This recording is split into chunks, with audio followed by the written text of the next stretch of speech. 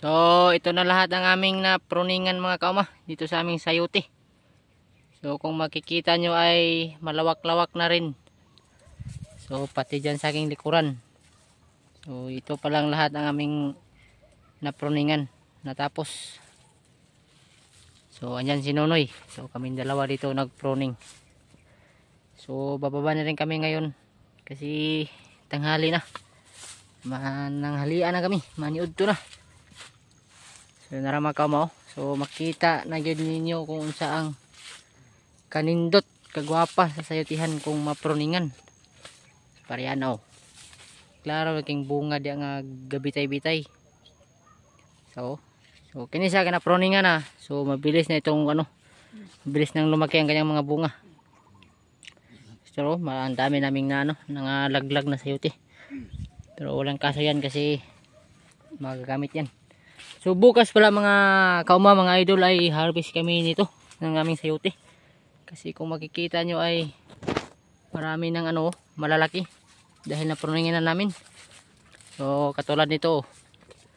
So mga good size na mga kauma. So pwede nang harvestin. Ito. So kung makikita nyo ay napakakinis. So ito ang resulta. Ito ang aming sayote dito. So makikinis. Yan ito, ang dami dito. So ang ganda talaga tignan kapag napruningan at halos bunga lahat ang yung makikita. So ito, ang laki nito mga kauma. So kapag nainsaktuhan na ito sa kalaki mga kauma, ay 2 piraso nito ay 1 kilo na. So katulad nito, siguro siya panigurado 1 kilo ng dalawa nito, ganito kalaki, 2, 1 kilo na yan. So bukas ay harvest kami kasi marami na kami nakikita malalaki. So dito wala pa ito, hindi pa ito na pruningan. So mamaya ay pagpatuloy pa rin namin ang pagpapruning doon. Ayan medyo malawak-lawak na ang aming napruningan. So okay kayo. So nindot na tanawon mga kauma, hawan na kayo, hawan. Ayan So mo na yung trabaho karon mga kauma, pruning. Kaya wala pa may kayo trabaho nito sa mong pizza yan. So diri sa mi pruning. So pero pag ting harvest sa mong pichay, so mabiyaan na sa namon kay everyday man gid mi mag-harvest sa mong pichay yan. Kay masalangan na sa isa ka adlaw duha.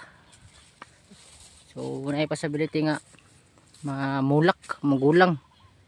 So every day gina siya nga harvestan. Idagko na. So nindot na kita na mong kuan mga kamo, sayote. Nga na pruningan na. Hawan kayo, hawan. So neat kayo, neat and clean. So mo niya mong pichay mga kamo. So malapit na itong harvest. Mga mga January 10 to 15 harvest na ni. So kung makita ninyo dagko na gid siya ang lalaki So hindi pa ito ma-harvest. Kunti na lang, kunting tiis na lang.